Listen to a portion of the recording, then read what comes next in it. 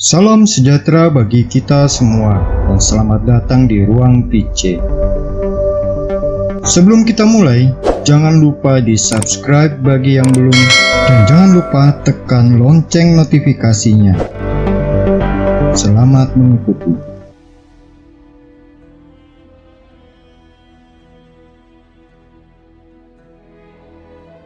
Martin Luther adalah seorang pastor Katolik atau imam biarawan dari Ordo Santo Agustinus dari Jerman. Ia merupakan seorang profesor di bidang teologi. Martin Luther terkenal karena menggagas reformasi Protestan. Ada 95 dalil atau argumentasi yang digunakan sebagai gugatan yang diprotes. Karena menyebarkan semua tesis ini, maka akhirnya Martin Luther diekskomunikasi oleh Paus Leo pada 3 Januari 1521.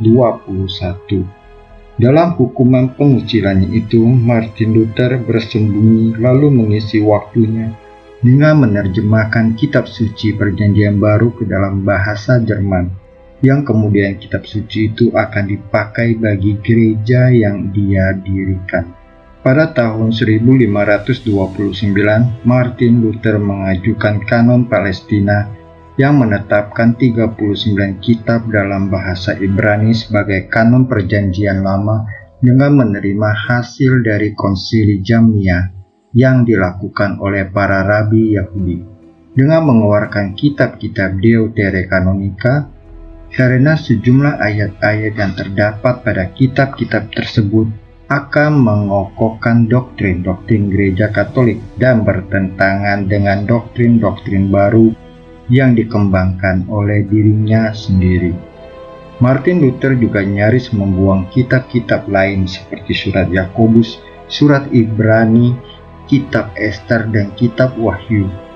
Martin Luther sangat menghujat kitab Yakobus yang menurut dia sangat tidak pantas untuk dimasukkan ke dalam Alkitab. Namun karena bujukan rekan-rekan reformisnya, ia mempertahankan kitab-kitab itu di dalam Alkitab kaum Protestan. Alasannya karena kitab-kitab tersebut di atas bertentangan dengan doktrin-doktrin Protestan. Salah satu doktrin dari Martin Luther adalah sola fide, yaitu pemahaman iman yang hanya mengandalkan iman kepada Yesus Kristus saja. Ajaran ini disebut sola fideanisme. Ajaran ini dipelopori oleh Martin Luther, Johannes Calvin, dan Zwingli.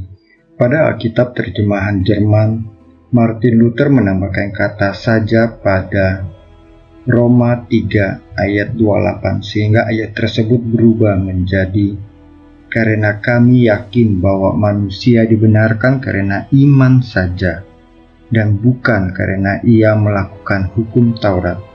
Demikian pula sama halnya dengan surat Yakobus yang hendak ia keluarkan sebagai bagian dari kitab-kitab Perjanjian Baru. Dalam surat Yakobus ada beberapa ayat yang bertentangan dengan ajaran baru Martin Luther, yaitu sola fide atau hanya berpangkal pada iman saja atau kebenaran sejati hanya pada iman saja. Ayat-ayat tersebut antara lain pada Yakobus 2 ayat 14 sampai dengan 15 tertulis, apakah gunanya saudara-saudaraku jika seorang mengatakan bahwa ia mempunyai iman padahal ia tidak dapat mempunyai perbuatan? Dapatkah iman itu menyelamatkan dia? Lalu Yakobus 2 ayat 17, demikian juga halnya dengan iman. Jika iman itu tidak disertai perbuatan, maka iman itu pada hakikatnya adalah mati. Dan Yakobus 2 ayat 24. Jadi kamu lihat bahwa manusia dibenarkan karena perbuatan-perbuatannya dan bukan hanya karena imannya.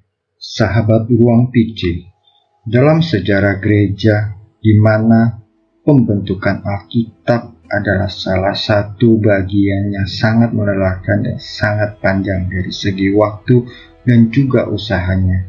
Kitab suci adalah sabda Allah yang diilhamkan oleh Roh Kudus kepada para penulisnya.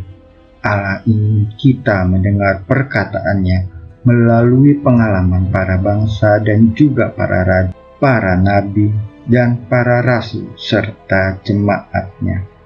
Walau di masa lalu ada banyak peristiwa terkait sejarah kanonisasi Alkitab, dari berbagai kesalahan manusiawi sampai motif yang jahat, tetapi Allah tetap menuntun gerejanya, menentukan sabdanya melalui para bapak gereja dan konsili-konsili gereja Katolik.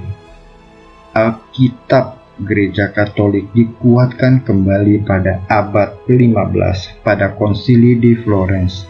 Saat reformasi Protestan muncul pada tahun 1546, gereja mengeluarkan dekret yang mensahkan Alkitab Vulgate sebagai versi Latin yang resmi untuk digunakan dalam gereja Katolik.